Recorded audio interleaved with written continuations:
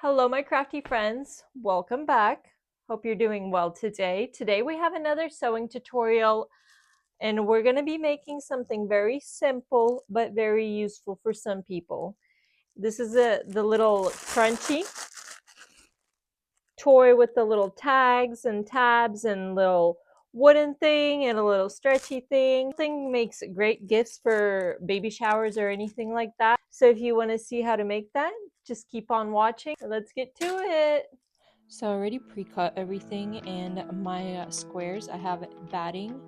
I have one side of the toy and it's like a soft blanket material, then just a cotton material for the other side, and then that crinkle paper plastic thingy. And then I have all the little tabs that I'll be using. These can be various sizes, whatever you want. I just picked out some scraps from my scrap bin and decided to use those and a few ribbon pieces. And my big squares are 6.5 inches by 6.5 inches for both the top, bottom, crinkle paper, and batting. Now putting it all together, first I lay down the batting piece, then I lay down the crinkle plastic stuff, and then I lay down one side of the outside of the toy, and this is the little blanket like side. And then I decide where I want my little tabs. These are the ribbons, the stuff I don't have to sew first.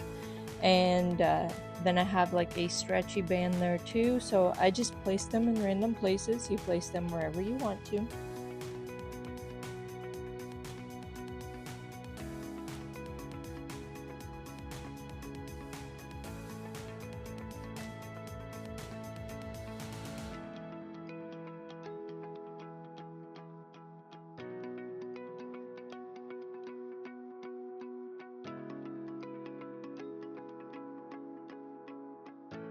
Now for the fabric pieces, you'll have to sew those together unless you like cut them with some scissors where they don't fray and you want to just do some that aren't sewn together, you can do that, but I chose to sew all mine together, just folded them in half and did a straight stitch along the unfolded side.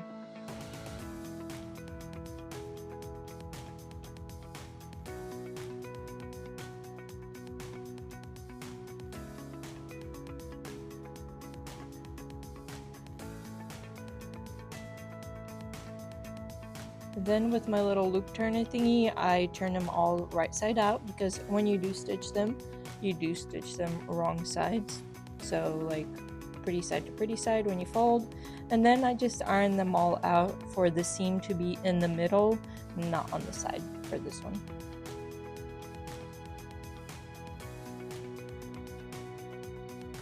And next is when you'll decide where these will go, and I have also a little wooden circle for different texture, and I put one of the skinnier pieces of fabric with the wooden circle, and then I just fold those the same way as I did with the ribbon and with the elastic fabric, and I'll just place them and clip them in.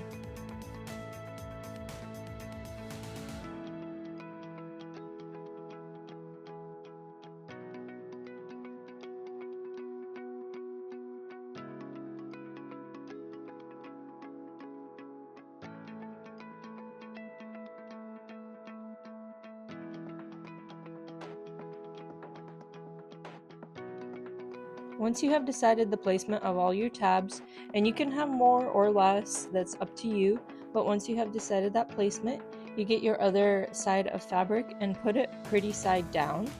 And then wherever you have the stuff clipped, just move them to include the fabric, just like I'm doing right there. Then you'll just want to sew a straight stitch all around except leaving a little gap in one of the edges middles. Pick where you don't have tabs and leave a gap there, and yeah, just sew a straight stitch around.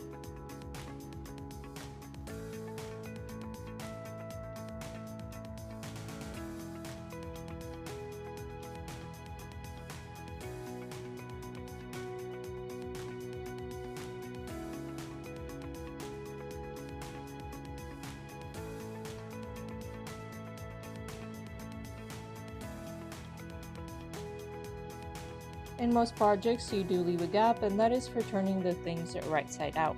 But before you turn it right side out, get a pair of your not just fabric scissors, because it does have that plastic piece there. I don't want you to ruin your fabric scissors. And cut off the corners diagonally, and then if there's any extra excess fabric that you see that might make it bulky, just cut that off too.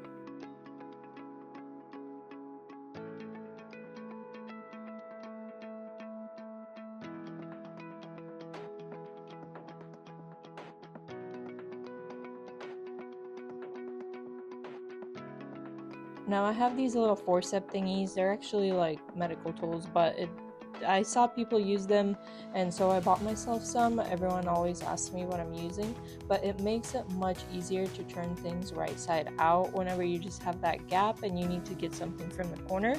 And you can also use it to make sure all your corners are poked out properly. But I'm just turning it right side out, as I mentioned, and then with those forceps I will also get into those corners so they're all poked out properly.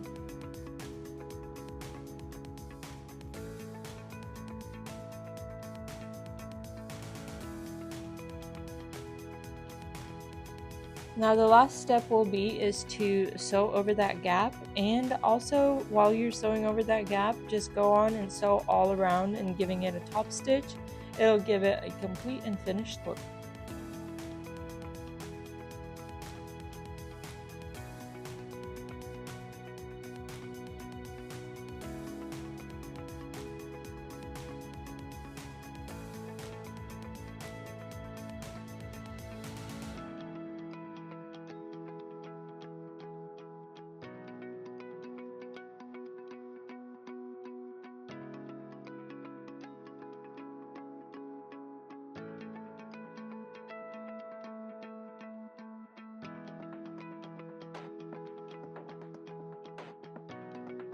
I did make those long ribbon pieces to trim them down and have a little different texture. And now I'm done with my little crinkle toy. I hope you enjoyed this video, and if you did, let me know down below. And also, I hope to see you here for my next tutorial. We might be making an accessory or something else. You never know. Thanks for watching and have a great day. Bye!